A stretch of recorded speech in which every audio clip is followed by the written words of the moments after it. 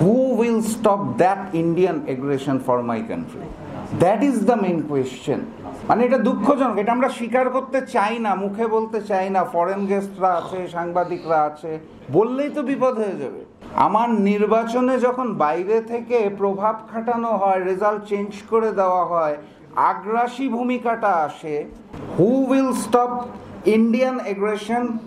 আমরা সব সংস্কার করে যদি আবারও সেই আধিপত্যবাদ এবং আগ্রাসনে পড়ে যাই, তাহলে সেটার সমাধানটা কি হবে? এইটা নিয়ে কেউ কথা বলছে না, কেউ বলতে চাচ্ছে না। মানে দ্বিধা দ্বন্দ্ব ভয়। শেখ হাসিনাকে নিয়ে আগে অনেকেই অনেক কিছু বলতে চাইতো না, এখন আমি ঘরে ঘরে সংগঠন দেখতে পাই। গত বছরের 30 তারিখ আমরা যে 36টা সংগঠন বসেছিলাম, আজকে যদি ডাকা হয় আমার ধারণা 136টা সংগঠন বসতে রাজি হবে শেখ হাসিনার বিরুদ্ধে কথা বলতে। কিন্তু এখনো ওই যে জুজুবুরির ভয়টা আমার প্রতিবেশী রাষ্ট্রকে নিয়ে, এই ভয়টা তো ওই 36-এর মধ্যেও রয়ে গেছে। সেখান থেকে বেরোবো কখন? সেই পরিপূর্ণ স্বাধীনতা এবং সার্বভৌম যেটা খালি মুখে বলে যাচ্ছি, সেটার বাস্তবায়নটা কখন হবে, কিভাবে হবে? এই প্রশ্নটা একটু নিজের আত্মার কাছে এবং বিবেকের কাছে, আমরা যারা বাংলাদেশি আছি, স্বাধীনতা সার্বভৌমত্বের কথা বলি, তাদের নিজেদের বিবেকের কাছে ওই প্রশ্নটা জাগ্রত করার আহ্বান আমি রাখতে চাই। আমি বিশ্বাস করি একদিন আমরা সেই স্বাধীন সার্বভৌম, সত্যিকারের যে স্বাধীনতা সার্বভৌমত্ব, সেই বাংলাদেশটা পাবো। এবং স্যার যেটা বলেছে সূর্য সন্তান, সূর্য সন্তান আসলে লাগবে স্যার। সূর্য সন্তানরা যারা দেশের স্বাধীনতা এবং সার্বভৌমত্বকে ফিরিয়ে আনবে। আমি বলছি না যে ববি ভাইকে সূর্য সন্তান হতে হবে, আমাদের সবাইকে হতে হবে স্যার, কারণ আমরা ওই স্বাধীনতাটা চাই যেটা আমরা এখনো পাই নাই। অনেক প্রশ্ন আমাদের সামনে, মানে দ্বিকক্ষ বিশিষ্ট সংসদ করব নাকি এক কক্ষ, যেভাবে হয়ে আসছে, বিভিন্ন বিষয় নতুন করে উঠে আসছে। আমরা কি এখনই আনুপাতিক নির্বাচনে যাব নাকি গতানুগতিকেই থাকবো? তো অনেক বিষয় আছে, এই বিষয়গুলো যে আসলে একটা সেশনে শেষ হয়ে যাবে এটা সম্ভব না, দ্যাটস নট পসিবল। তো এই জায়গাটা থেকে আমাদের আসলে বারবার বসতে হবে। আমার খুব বেশি ভালো লাগছে, কারণ হচ্ছে অন্তর্বর্তী সরকারের প্রতিনিধিকেও আমি দেখতে পাচ্ছি। তো এইটা আসলে ববি ভাইয়ের একটা ক্রেডিট। ববি ভাইয়ের কিছু ম্যাজিক আছে, উনি সবাইকে কীভাবে জানি এক জায়গায় করে ফেলতে পারে। এবং আজকের দিনটা আমি নিশ্চিত সাংবাদিক ভাইদের ভালো মনে থাকার কথা, 30শে নভেম্বর গত বছর 2023 সালের আজকের এই দিনে আমরা 36টা রাজনৈতিক দল একসাথে বসেছিলাম। কারণ হচ্ছে গত বছরের আজকের এই দিনটাতে শেষ তারিখ ছিল নমিনেশন পেপার জমা দানের, নির্বাচনে কারা কারা যাবে।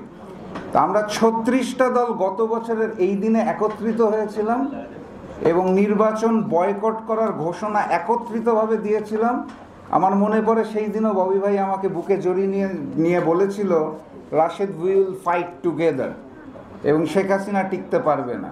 তো ববি ভাইকে ধন্যবাদ যে আজকের এই দিনে গত বছরের ওই স্মৃতিটা আমাকে মনে করায় দেওয়ার জন্য। তো আমি বেসিক্যালি যেটা বললাম, রিফর্মের কন্টিনিউয়াস প্রসেসটা নিয়ে এই মুহূর্তেই সব কিছু আলোচনা করা সম্ভব নয়। আমরা নিশ্চয়ই বসবো, অন্তর্বর্তী সরকারের সাথেও বসবো, আমরা নিজেরাও আলোচনা করব। কিন্তু তার আগে আমি একটা বিষয় নিয়ে আমি সবাইকে একটু অনুরোধ করব চিন্তা করার, যে এই যে মাঝে মাঝে যে আগ্রাসনটা চলে আসে আমাদের উপর, রিফর্ম তো হবেই, সংস্কার হবে, এই যে আগ্রাসনটা যে চলে আসে, the aggression from outside of my country, who will stop that? That is the main question. Who will stop Indian aggression? Who and how we will stop the interfere of our election by others countries, by powerful countries? এখানে উপস্থিত মিডিয়ার journalist ভাইরা, the honorable guest, assalamu alaikum and very good morning. GPR যেই বইটা প্রকাশ করলো আমার সামনে এবং আপনাদের সবার সামনেও একটা করে আছে, আমি সর্বপ্রথম জিপিআরকে ধন্যবাদ জানাই। ববি ভাইয়ের নেতৃত্বে যেই টিমটা কাজ করেছে এবং এরকম একটা বই আমাদের হাতে তুলে দিয়েছে। কারণ রিসার্চ উইং বাংলাদেশে বড় বড় কিছু দলের আছে, নাই যে তা না। আমরা যারা ছোট দলের, আমি একটা ছোট দলকে প্রতিনিধিত্ব করি, জাতীয় গণতান্ত্রিক পার্টি জাগপা। ছোট দলগুলোর এভাবে রিসার্চ উইং নাই, এবং আমরা ছোট দলগুলা রিসার্চ উইং শুনলেই প্রথমে আমাদের মাথায় এসে না, তো প্রথমেই ওই জিনিসটা মাথায় স্ট্রাইক করে। তো ববি ভাইয়ের নেতৃত্বে এনডিএম আজকে যে জিনিসটা প্রকাশ করেছে, আমাদের দিয়েছে, এটাকে আমি সাধুবাদ জানাই, মোবারকবাদ জানাই এবং অন্তরের অন্তঃস্থল থেকে ধন্যবাদ জানাই। It's a great job done already.